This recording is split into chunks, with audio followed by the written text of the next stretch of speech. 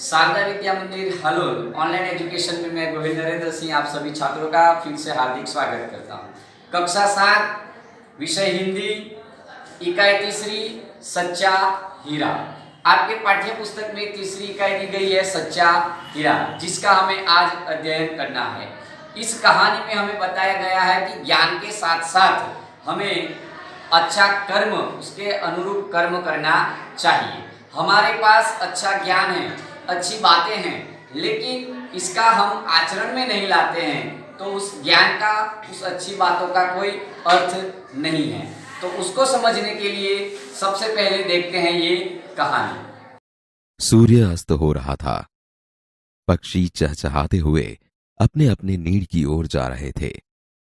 गांव की कुछ स्त्रियां पानी लेने के लिए घड़े लेकर कुएं की ओर चल पड़ी। पानी भरकर कुछ स्त्रियां तो अपने घरों को लौट गई, परंतु उनमें से 4 कुएं की पक्की जगत पर बैठकर आपस में इधर उधर की बातें करने लगी। बातचीत करते करते बात बेटों पर जा पहुंची। उनमें से एक की उम्र सबसे बड़ी लग रही थी। भगवान सबको मेरे बेटे जैसा बेटा दे। मेरा बेटा लाखों में एक है। उसका कंठ बहुत मधुर है। वह बहुत अच्छा गाता है। उसके गीत को सुनकर कोयल और मैना भी चुप हो जाती हैं। लोग बड़े चाव से उसका गीत सुनते हैं। उसकी बात सुनकर दूसरी स्त्री का मन हुआ कि वह भी अपने बेटे की प्रशंसा करे। मेरे बेटे की बराबरी कोई नहीं कर सकता। वह बहुत ही शक्तिशाली और बहादुर है। वह बड़े बड़े बहादुरों को भी पछाड़ देता है। वह आधुनिक युग का भीम है। यह सब सुनकर तीसरी औरत भला कैसे चुप रहती। मेरा बेटा साक्षात बृहस्पति का अवतार है। वह जो कुछ पढ़ता है एकदम याद कर लेता है।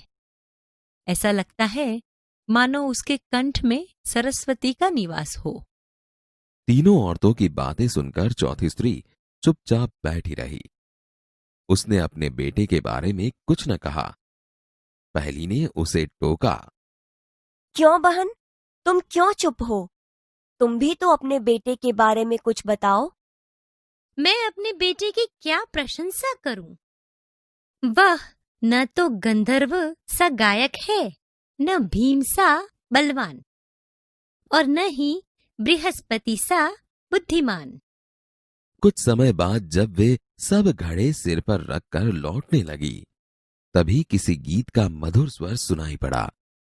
सुनकर पहली स्त्री बोली, सुनो, मेरा हीरा गा रहा है। तुम लोगों ने सुना? उसका कंठ कितना मधुर है। वह लड़का गीत गाता हुआ उसी रास्ते से निकल गया। उसने अपनी मां की ओर कोई ध्यान नहीं दिया।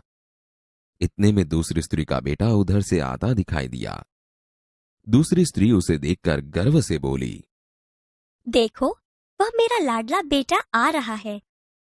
शक्ति और सामर्थ्य में इसकी बराबरी कौन कर सकता है? वह यह कह रही थी कि उसका बेटा भी उसकी ओर ध्यान दिए बिना ही निकल गया। वे कुछ आगे बढ़ी तो एकाएक तीसरी स्त्री का बेटा उधर से संस्कृत के श्लोकों का पाठ करता हुआ निकला। उसके उच्चारण से ऐसा लग रहा था मानो उसके कंठ में साक्षात सरस्वती विराजमान हो। देखो, यही है मेरी गोद का हीरा। इसे कौन बृहस्पति का अवतार नहीं कहेगा? परंतु उसका बेटा भी मां की ओर देखे बिना आगे बढ़ गया। वह अभी थोड़ी ही दूर गया था कि चौथी स्त्री का बेटा भी अचानक उधर से आ निकला। वह देखने में बहुत ही सीधा सादा और सरल प्रकृति का लग रहा था।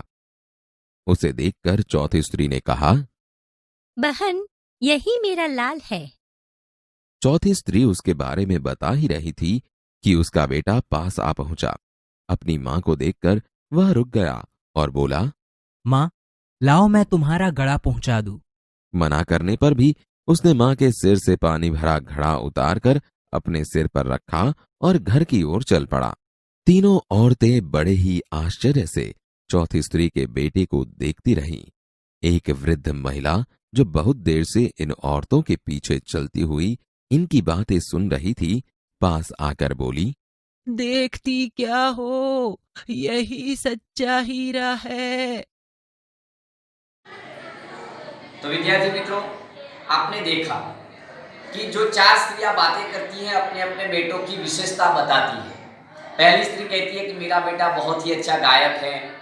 दूसरी स्त्री का बेटा कहता है कि मेरा बेटा तो आधुनिक युग का भीम है। जो तीसरी औरत है वो कहती है कि मेरा बेटा बृहस्पति का अवतार है। यानी कि अपने अपने बेटों की विशेषताओं को दर्शाती है। लेकिन जब वो चारों औरतें घर की ओर जाती है तब उसके बेटे जो हैं वो अपनी माँ के पास से जो पानी भरा हुआ घड़ा लेते नहीं है, अपनी माँओं की उपेक्षा करते हुए वहां से निकल जाते हैं।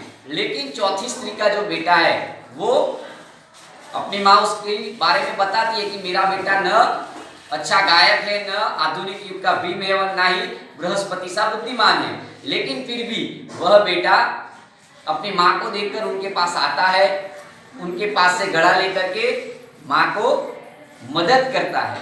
तो यह बात है कि हमारे पास ज्ञान तो बहुत है लेकिन उसका आचरण नहीं करते हैं हम, तो उस ज्ञान का कोई मतलब नहीं है। सच्चा हीरा वही है जो अपने माता पिता को, अपने बड़ों बुजुर्गों का सम्मान करते हैं, उनकी मदद करते हैं, अच्छी बातों का पालन करते हैं, वही सच्चे हीरे हैं। तो आपको भी सच्चा हीरा बनना है तो आपको भी अपने परिवार वालों की मदद करनी चाहिए। आपको जो अच्छी अच्छी बातें सिखाई गई है उसका आचरण में लाना चाहिए।